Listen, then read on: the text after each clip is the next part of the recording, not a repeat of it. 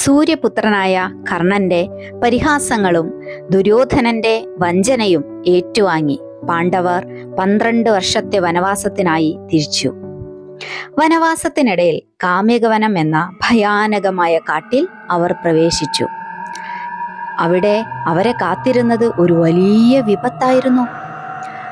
അതെന്താണെന്നോ? പാതിരാത്രിയായാൽ ആ കാട്ടിലൂടെ ഘോരകർമാക്കളും മനുഷ്യത്തീനികളുമായ രാത്രീഞ്ചരന്മാർ സഞ്ചരിക്കാൻ തുടങ്ങുമത്രേ. അത്ര ഭീകരമാണ് ആ വനപ്രദേശം.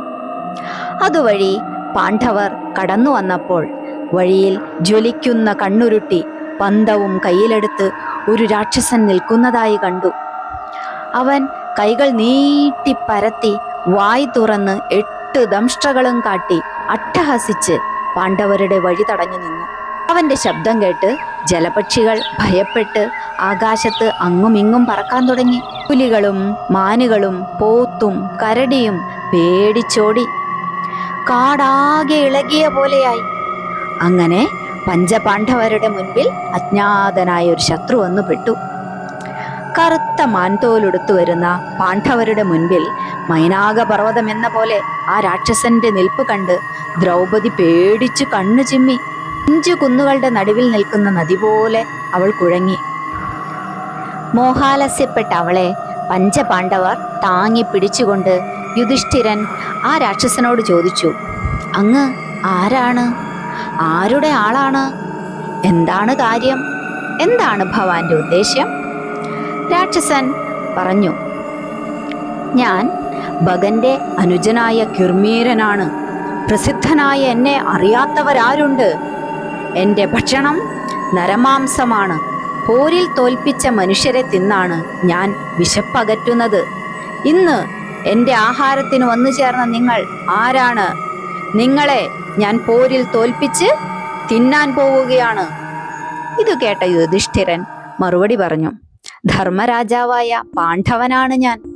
താങ്കളും ഞങ്ങളെപ്പറ്റി കേട്ടിരിക്കാം. ഭീമാർജുനാദി സകല ഭ്രാതാക്കളോടും കൂടി ഞാൻ വനവാസത്തിനു വേണ്ടി നീ അടക്കി വസിക്കുന്ന ഈ ഭീകരവനത്തിൽ വന്നതാണ്. ഇത് കേട്ട കിർമീരൻ സന്തോഷത്തോടെ പറഞ്ഞു, ശരി, വളരെ നന്നായി. എന്റെ സഹോദരനായ ഭഗനെയും സുഹൃത്തായ ഹിഡിംബനെയും കൊന്ന ഭീമനെ തിരയുകയായിരുന്നു ഞാൻ. ഇന്ന് എന്റെ പ്രതികാരം പൂർത്തിയാകും. ഇത് കേട്ട് ചിരിച്ചുകൊണ്ട് ഭീമൻ പറഞ്ഞു, എങ്കിൽ നിനക്ക് ഭാഗ്യമുണ്ട് രാക്ഷസ. നിന്റെ സഹോദരന്മാരുടെ അടുത്തേക്ക് നിന്നെ അയക്കാൻ ഇതാ ഭീമസേനൻ എത്തിയിരിക്കുന്നു. ഭീമനും കിർമീരനും തമ്മിലുള്ള അതിഘോരമായ യുദ്ധം ആരംഭിച്ചു. ഭീമൻ ഒരു വലിയ മരം പറിച്ചെടുത്ത് രാക്ഷസന്റെ തലയിൽ അടിച്ചു. രാക്ഷസന് യാതൊരു കൂസലും ഉണ്ടായില്ല. അവൻ ആ മരമെടുത്ത് തിരികെ ഭീമന് നേരെ എറിഞ്ഞു.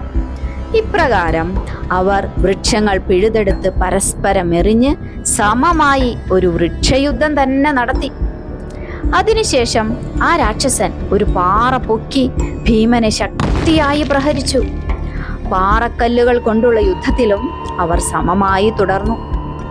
പിന്നീട് അവർ 2 പേരും ആയുധങ്ങൾ ഉപേക്ഷിച്ച് മല്ലയുദ്ധം തുടങ്ങി. ഭയങ്കരാകാരന്മാരായ 2 കാളക്കൂറ്റന്മാർ എന്ന പോലെ അവർ പോരാടി. കിർമീരൻ ഭീമനെ വരിഞ്ഞു മുറുക്കാൻ ശ്രമിച്ചു. എന്നാൽ ഭീമൻ തൻ്റെ അമാനുഷിക ശക്തിയാൽ പിടിച്ചു നിന്നു. 2 കൂറ്റൻ ഗജവീരന്മാർ ഏറ്റുമുട്ടുമ്പോഴുണ്ടാകുന്ന പോലെ ആ കാമ്യകവനം വിറച്ചു. രാക്ഷസന്റെ മായകളൊന്നും ഭീമന്റെ കരുത്തിന് മുന്നിൽ ഫലിച്ചില്ല. ഭീമൻ കിർമീരന്റെ അരക്കെട്ടിൽ പിടികൂടി കൊടുങ്കാറ്റ് മരത്തെ എന്ന പോലെ പിടിച്ചുലച്ചു. അവന്റെ ബോധം മറിഞ്ഞപ്പോൾ ഭീമൻ അവനെ കഴുത്തിൽ പിടിച്ച് ഞെക്കി മൃഗത്തെ കൊല്ലുന്ന പോലെ ഞെരിച്ചുകൊണ്ട് പറഞ്ഞു, ഹിഡിംബനും ഭഗനും, കണ്ണുനീര് തുടയ്ക്കാൻ ദുഷ്ടാ, നീ ശക്തനാവില്ല. എന്തെന്നാൽ നീ കാലപുരിക്ക് പോകുകയായി. ആ രാക്ഷസന്റെ ദയനീയമായ നിലവിളി ആ കാടിനെ ആകെ കുലുക്കി. അധർമ്മത്തിന്റെ പ്രതീകമായ കിർമീരനെ വധിച്ചുകൊണ്ട് ഭീമസേനൻ തന്റെ കരുത്ത് ഒരിക്കൽ കൂടി തെളിയിച്ചു.